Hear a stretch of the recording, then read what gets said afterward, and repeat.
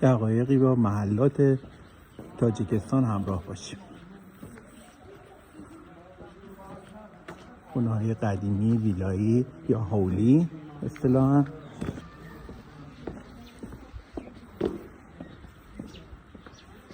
خونه ها رو ببین.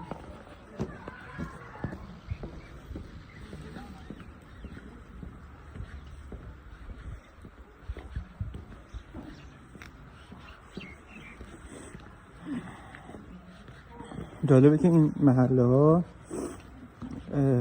دور از شهر نیستن، یعنی در واقع میشه گفت که در نزدیکی و حوالی خیابونای اصلی و مناطق اصلی دوشنبه هستن.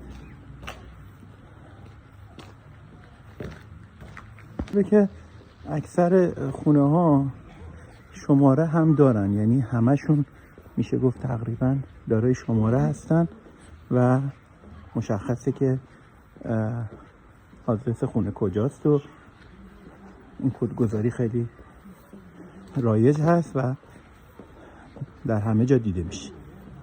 تمیز هستن،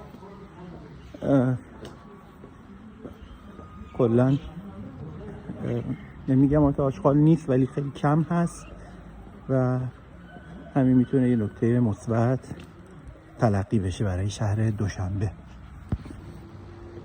خب این محله ها هست که با هم مشاهده کردیم. امیدوارم که برای لازم رو برده باشید.